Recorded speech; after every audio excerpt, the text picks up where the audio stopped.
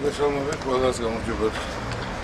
ეს გადაწყვეტილება ჩვენ მივიღეთ იმაზე ადრე ვიდრე ეს საშინელი უზნეო აურზაური გატყდებოდა და თუ ამაში ვინმე სჭირდება დარწმუნება შეუძლია ნახოს ბიუროს ოქმი რაც არ უნდა დიდი ყოფილიყო ეს უზნეო ზეწოლა ან საზოგადოების შესტომა შეყვანის მცდელობა ეს არ იქნებოდა განმაპირობებელი იმისთვის ჩემთვის პირადად რომ ეს გადაწყვეტილება მივიღო. ეს გადაწყვეტილება მიღებული მქონდა და თუ რა მიმაღებინა ეს გადაწყვეტილება წაბდაზდეს ვისაც აინტერესებს ჩახედოს იმ ბავშვებს თვალებში და მიხვდება რამაც გადამაწყვეტინა ეს.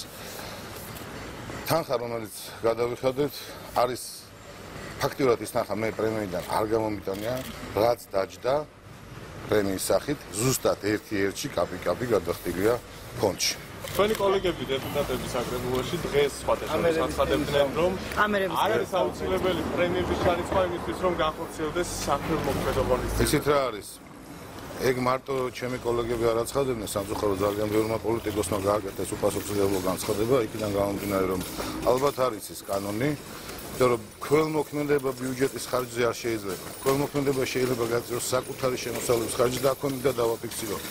რომ შრომის კანონის შესაბამისად, გაწეული მუშაობის შესაბამისად, რომლის პრეზენტაციას ჩვენ აუცილებლად გავაკეთებთ 20 ივნისს და საზოგადოებას თბილისელებს ვეთქვით, საკრებულომ ამათი თვის განმავლობაში რა შეცვალა ქალაქში, რა შეძლო, რა მუშაობის ფასად და როგორ გააკეთა, ამის შემდეგ საზოგადოებამ თვითონ გადაწყვიტოს, ეკუთვნის ხალხს ზეგანაკუთვნილი მუშაობის გამო პრემია თუ არა.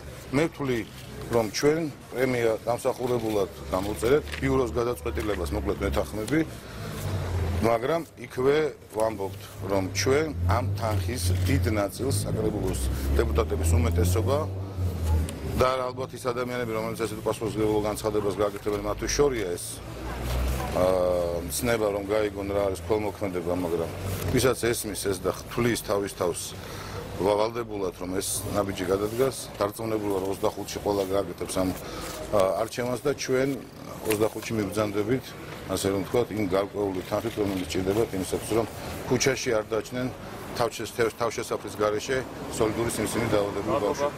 ეს ცოტა რომ გავჩერდეთ.